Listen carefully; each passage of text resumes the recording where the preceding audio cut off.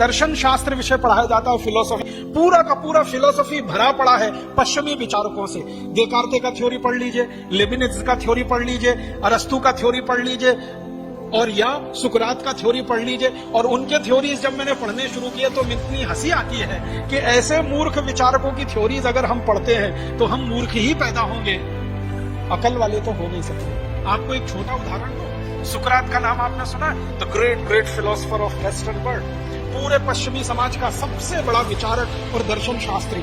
और उसके बाद अरस्तु का नाम आपने सुना?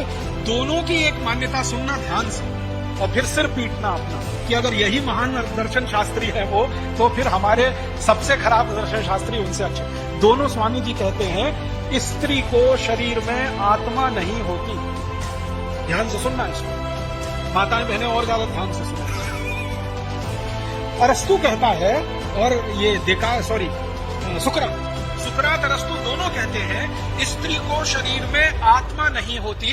स्त्री ऐसे होती है जैसे मेज या कुर्सी, कुर्सी और मेज को कभी भी उठाकर फेंका जा सकता है, स्त्री को भी कभी भी उठाकर फेंका जा सकता है। ये दर्शन है सुकरात का, ये दर्शन है अरस्तु का, जिस पर हमारे यहाँ बड़े बड़े लोग पीएचडीज करते हैं। और एक जगह तो सुकरात इतनी खराब बात कहता है, स्त्री ऐसे होती है जैसे कोई कपड़ा, जब जरूरत पड़ी उतार के फेंक दिया, जब जरूरत पड़ी पहन लिया।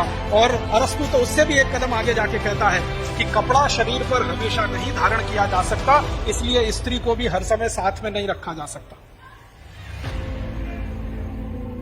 आप इससे भी ज्यादा सिर पीटेंगे, कोई दिक्कत नहीं। ये सुकरात के विचार हैं, ये अरस्तु के विचार हैं। और अरस्तु और सुकरात ये दोनों कहते हैं, इन दोनों की मान्यताओं को आज तक पश्चिमी समाज खंडित नहीं कर पाया।